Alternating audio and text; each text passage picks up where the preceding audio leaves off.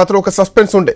But ఇట్లాంటి comments చేసిన తర్వాత, ఇంత సంచలనమైనటువంటి కామెంట్స్ చేసిన తర్వాత ఖచ్చితంగా తనపైన యాక్షన్ తీసుకుంటుంది పార్టీ అని తనకు తెలిసే తెగించి కవిత ఈ కామెంట్స్ చేశారని చెప్పడంలో ఎట్లాంటి సందేహం లేదు. ఇప్పుడు ప్రభుత్వానికి కూడా ఒక సవాల్ విసురుతున్నారు కవిత. అవినీతి జరగలేదు, అభివృద్ధి జరిగింది అని బీఆర్ఎస్ పార్టీ చెప్తున్నటువంటి మాటలకు ఓవైపు సిబిఐ విచారణకు రాష్ట్ర ప్రభుత్వం ఆదేశాలు ఇవ్వడం, సిబిఐని ఇన్వైట్ చేయడం, సిబిఐ అక్నాలెడ్జ్మెంట్ కూడా ఇవ్వడం ఆ లేఖకు, రాష్ట్ర ప్రభుత్వం ఇచ్చినటువంటి లేఖకు.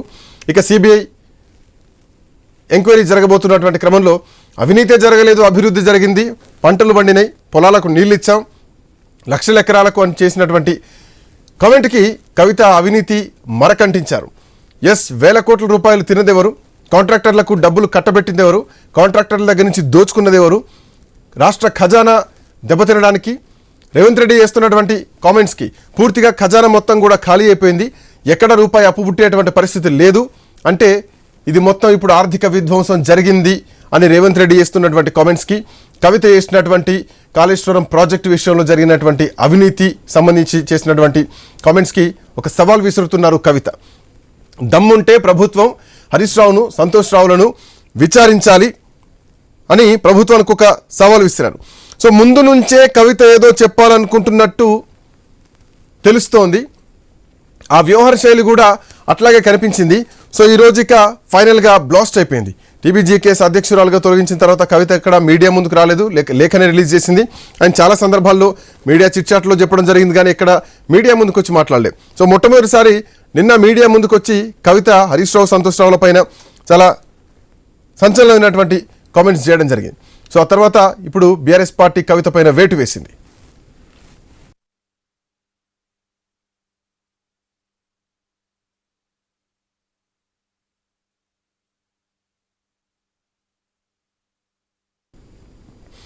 డాక్టర్ కందుల మధు గారు తెలంగాణ జాగృతి నుంచి రాష్ట్ర నాయకులు మనతో పాటు అందుబాటులో ఉన్నారు. మధు గారు, గుడ్ ఆఫ్టర్నూన్. నమస్కారం సార్. నమస్తే అండి. బీఆర్ఎస్ పార్టీ కవిత పైన వేటు వేసింది.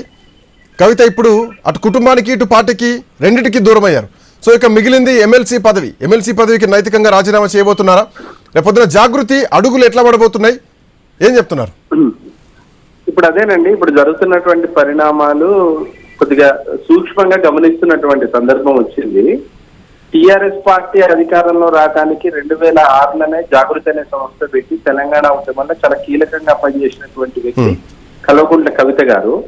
కానీ మనం ఊహించినటువంటి పరిణామాలతో ఇప్పుడు టిఆర్ఎస్ పార్టీలో ఉన్నటువంటి కొంతమంది చేసినటువంటి రాజకీయ కుట్రల ద్వారా సాక్షాత్తు కేసీఆర్ గారి కుమార్తెనే సస్పెండ్ చేసేటటువంటి సందర్భం వచ్చింది. ఇప్పుడు ఉన్నటువంటి పరిస్థితుల పైన జాగృతి కానీ, జాగృతి నాయకులతో కానీ, తెలంగాణ ఉద్యమంలో ఉన్నటువంటి కీలకమైన నాయకత్వంతో కొంత సమీక్ష చేసుకొని తదుపరి కార్యాచరణ ప్రకటించే ఆలోచనలో ఉన్నామండి. అంటే మధు గారు, ఇప్పటి వరకు తెలంగాణ జాగృతికి సంబంధించి ఎవరూ బయటికి రాలేదు, ఎక్కడా మాట్లాడలేదు. కవిత మాత్రమే, తెలంగాణ జాగృతి అంటే కవిత మాత్రమే కనిపించే తెరపైన. సో ఇక నుంచి జాగృతి నాయకులు కూడా ఒక ప్రధాన ప్రతిపక్ష నాయకుల్లాగా రాబోతున్నారా? రాజకీయంగా ఇంకొక కొత్త ఒరవడి సృష్టించబోతోందా జాగృతి? మీరు గమనించాల్సినటువంటి అంశం ఏంటంటే, జాగృతిలో ఉన్న నాయకత్వం అంతా కూడా 100% తెలంగాణ ఉద్యమంలో జైలు జీవితం గడిపి తెలంగాణ ఉద్యమంలో చాలా కీలకంగా పనిచేసినటువంటి నాయకత్వమే ప్రత్యామ్నాయంగా కవితక్క నాయకత్వంలో జాగృతిలో పనిచేసినటువంటి సందర్భం ఉన్నది. ఎందుకంటే బీఆర్ఎస్ పార్టీలో ఉన్నటువంటి ప్రధానమైనటువంటి లోపం ఏంటంటే, బీఆర్ఎస్ పార్టీలో ఉన్నటువంటి అధిష్టానం కానీ, అధిష్టానంలో ఉన్నటువంటి కొంత ముఖ్యమైనటువంటి నాయకత్వం ఎప్పుడు కూడా సామాన్యులకు కానీ, ఉద్యమకారులకు కానీ అందుబాటులో ఉన్నటువంటి సందర్భాలు చాలా తక్కువ ఉండేవి. ఆ సందర్భంలో కవితక్క గారితో యాక్సెస్ ఎక్కువ ఉండటం వల్ల ఉద్యమంతో పాటు సమాంతరంగా జాగృతి అనే సంస్థలు పనిచేయడానికి చాలా మంది, ఎక్కువ మంది మాలాంటి యువ నాయకత్వం, ఉస్మానియా యూనివర్సిటీ నేపథ్యం ఉన్న వాళ్ళు, రాష్ట్రంలో అప్పుడు కీలకంగా తెలంగాణ ఉద్యమం ఉన్న వాళ్ళు జాగృతిలో పనిచేసినటువంటి సందర్భం ఉంది.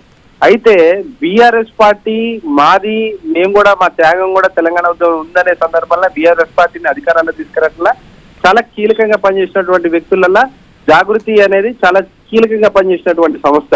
అయ్యాలా తెలంగాణ బోనం అంటే అపహాస్యం చేస్తున్నటువంటి సందర్భంలో దేశవ్యాప్తంగా కాకుండా ప్రపంచవ్యాప్తంగా బుర్జ్ ఖలీఫా మీద కూడా తెలంగాణ యొక్క గొప్పతనాన్ని చెప్పే సందర్భంలో బోనం ఎత్తినటువంటి సందర్భాన్ని బుర్జ్ ఖలీఫాకి తీసుకున్నటువంటి ఘనత కవితక్క గారికి ఉంది. అదేవిధంగా తెలంగాణ సాహిత్యం కానీ, తెలంగాణ జానపదం కానీ, తెలంగాణకు సంబంధించినటువంటి సినిమాకి సంబంధించినటువంటి నేపథ్యం కానీ తెలంగాణ పాటలకు సంబంధించి కానీ కవితక్క చాలా లోతుగా పునఃసమీక్షిస్తూ ఇక్కడ ఉన్నటువంటి జానపదాలల్లో వెలుగులోకి రానటువంటి చాలా మందిని తీసుకొచ్చినటువంటి సందర్భం కూడా కవితక్కకు ఉంది.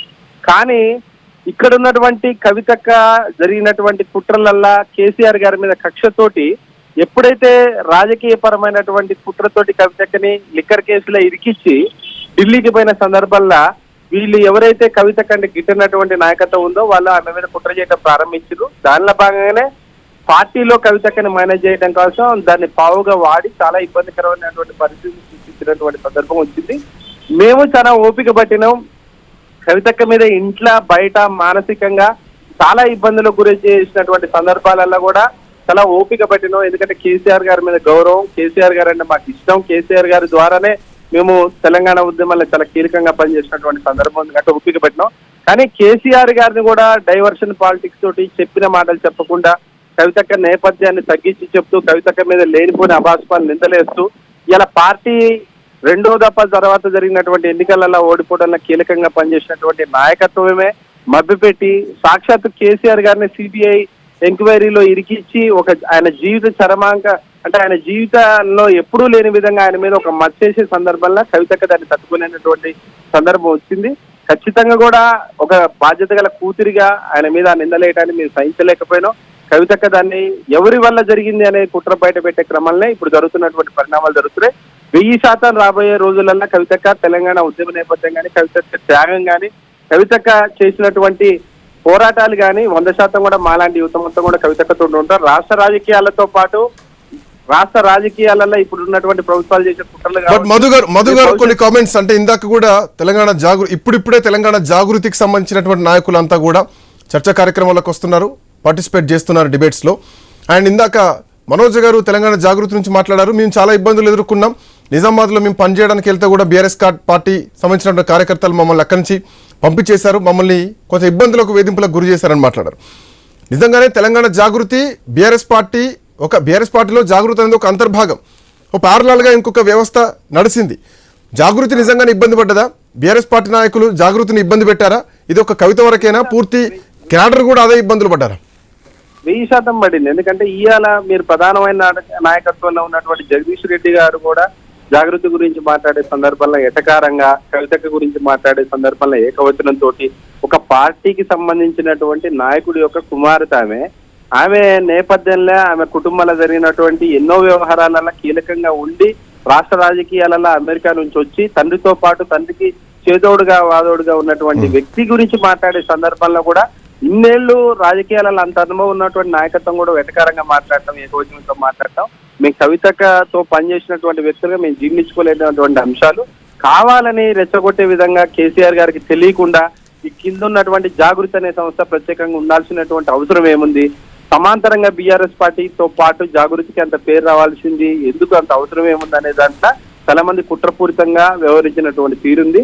ప్రధానంగా మహిళా నాయకత్వాన్ని ఉన్నటువంటి సమాజం మంది మహిళల గురించి ఇంట్లో ఉండి మహిళా సాధికారత గురించి పెద్ద పెద్ద స్పీచ్లు ఇచ్చేటటువంటి నాయకులు తన ఇంట్లో ఒక మహిళ మాత్రం బయటకు వచ్చేటటువంటి సందర్భాల్లో మాత్రం ఒప్పుకునేటటువంటి సందర్భం లేదు. ఇలాంటి కుట్ర కోణం 100% జరిగింది. ఒక్క నిమిషం మధు గారు 1 సెకండ్. బీఆర్ఎస్ పార్టీ నాయకులు కాంబోజ్ వెంకటేశ్వర్లు గారు కూడా మనతో